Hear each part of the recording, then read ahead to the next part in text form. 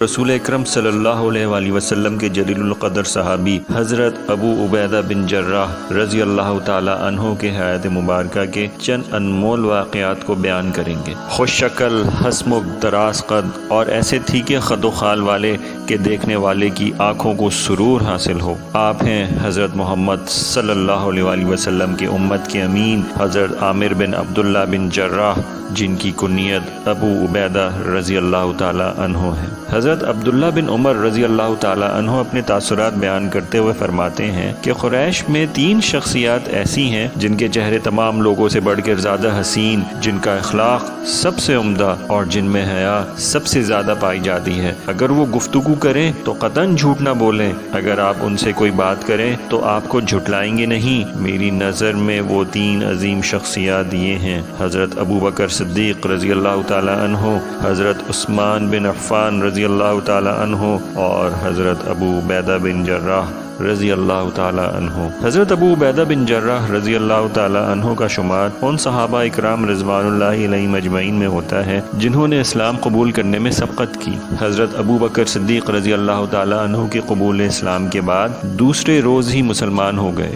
آپ رضی اللہ تعالی عنہ نے مکہ معظمہ میں شروع سے آخر تک مسلمانوں کو پیش آنے والے تلخ حالات میں زندگی بسر کی۔ ایسی شدید تکلیف اور رنج و الم میں ان کا ساتھ دیا کہ جن تکلیف کا کسی نے بھی سامنا نہ کیا ہو۔ میدان بدر میں حضرت ابو عبیدہ بن جراح رضی اللہ تعالی عنہ کو پیش آنے والی آزمائش اس قدر نازک تھی کہ انسانی تخیل میں بھی نہ آ سکے۔ ہوا یہ کہ غزوہ بدر میں حضرت ابو عبیدہ رضی اللہ تعالی عنہ بے خوف و خطر دشمنوں کی صفوں کو چیرتے ہوئے آگے بڑھ رہے تھے۔ آپ کے اس جرأت مندانہ اقدام سے دشمنوں میں بھگدڑ مچ گئی۔ آپ میدان جنگ میں اس طرح بھپرے ہوئے چکر لگا رہے تھے جیسے موت کا کوئی ڈر ہی نہ ہو۔ آپ کا یہ انداز دیکھ کر قریش کے شہ سوار گھبرا گئے۔ جو ہی آپ ان کے سامنے آتے وہ خوف زدہ ہو کر ایک طرف ہو جاتے، لیکن ان میں سے صرف ایک شخص ایسا تھا جو آپ کے سامنے اکڑ کر کھڑا ہو جاتا، لیکن آپ اس سے تلوار تہی اختیار کر جاتے اور اس کے ساتھ مقابلے سے اجتناب کرتے۔ وہ شخص بھی آپ سے مقابلہ کرنے کے لیے بار بار سامنے آتا رہا، لیکن آپ نے بھی اس سے پہلو تہی اختیار کرنے میں کوئی کسر باقی نہ رکھی۔ بالآخر اس شخص نے حضرت ابو عبیدہ رضی اللہ تعالی عنہ کے لیے تمام راستے بند کر دیے، حتیٰ کہ وہ آپ کے اور دشمن اسلام کے مابین حائل ہو گیا۔ لیکن جب آپ نے دیکھا کہ اب کوئی چارہ باقی نہیں رہا تو اس کے سر پر تلوار کا ایسا زوردار وار کیا جس کے اس کی کھوپڑی کے 2 ٹکڑے ہو گئے اور وہ آپ کے قدموں میں ڈھیر ہو گیا۔ کیا آپ اندازہ کر سکتے ہیں کہ وہ قتل ہونے والا شخص کون تھا؟ بلا شبہ میدان بدر میں حضرت ابو عبیدہ رضی اللہ تعالیٰ عنہ کو پیش آنے والی یہ آزمائش حساب دانوں کے حساب سے بھی ماورا تھی اور ایسی نازک کہ انسانی قوت ادراک میں بھی نہ آ سکے۔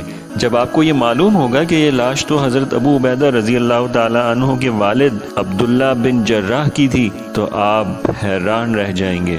دراصل حضرت ابو عبیدہ رضی اللہ تعالی عنہ نے اپنے باپ کو قتل نہیں کیا، بلکہ انہوں نے میدان بدر میں اپنے باپ کے حویلے کی شکل میں ایک شیر کو نیست و نابود کر دیا۔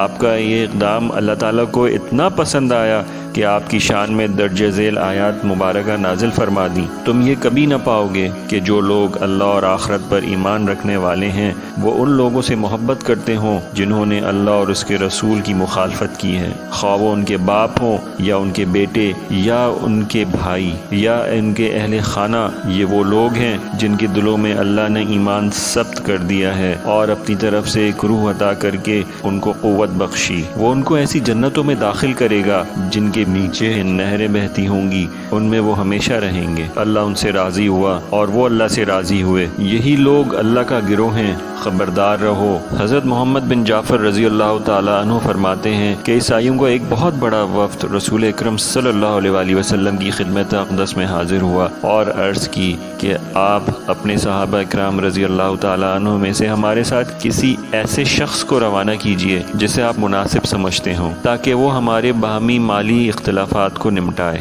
ہم برملا تسلیم کرتے ہیں کہ ہمیں مسلمان بہت پسند ہیں۔ ان کی یہ باتیں سن کر حضور اکرم صلی اللہ علیہ وآلہ وسلم نے ارشاد فرمایا، شام کو میرے پاس آنا، میں آپ کے ساتھ ایک ایسے شخص کو روانہ کر دوں گا جو طاقتور بھی ہے اور دیانتدار بھی۔ حضرت عمر رضی اللہ تعالی عنہ فرماتے ہیں کہ میں اس روز جلدی نماز ظہر کے لیے مسجد نبوی میں داخل ہو گیا کہ شاید اس انتخاب میں میرا نام آ جائے۔ باخدا مجھے کوئی امارت و قیادت کا شوق نہ تھا، بلکہ میری یہ تمنا تھی کہ وقت کے سامنے رسول اکرم صلی اللہ علیہ وآلہ وسلم نے جو اوصاف بیان فرمائے ہیں ان کا مصداق میں ٹھہروں۔ آپ صلی اللہ علیہ وآلہ وسلم جب نماز ظہر سے فارغ ہوئے تو بڑے غور سے دائیں بائیں دیکھنے لگے۔ اس دوران میں نے اپنا سر اوپر اٹھایا تاکہ رسول اکرم صلی اللہ علیہ وآلہ وسلم کی نظر مجھ پر پڑے۔ آپ صلی اللہ علیہ وآلہ وسلم مسلسل نمازیوں کی طرف دیکھ رہے تھے، یہاں تک کہ آپ صلی اللہ علیہ وآلہ وسلم کی نظر کرم حضرت ابو عبیدہ بن جراح رضی اللہ تعالی عنہ پر پڑی۔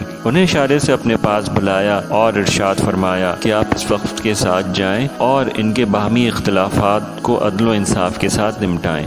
حضرت عمر رضی اللہ تعالی عنہ فرماتے ہیں کہ میں اس واقعے پر بے اختیار پکار اٹھا کہ آج ابو عبیدہ رضی اللہ تعالی عنہ ہم سے بازی لے گئے۔ بلا شبہ حضرت ابو عبیدہ رضی اللہ تعالی عنہ دیانت، امانت داری، شجاعت، بہادری کا ایک بہترین نمونہ تھے۔ اللہ تعالی حضرت ابو عبیدہ رضی اللہ تعالی عنہ پر رحم فرمائے اور ہمیں رسول اکرم صلی اللہ علیہ وآلہ وسلم اور صحابہ اکرام رضوان اللہ علیہم اجمعین سے سچی محبت عطا فرمائے۔ آمین۔ السلام علیکم۔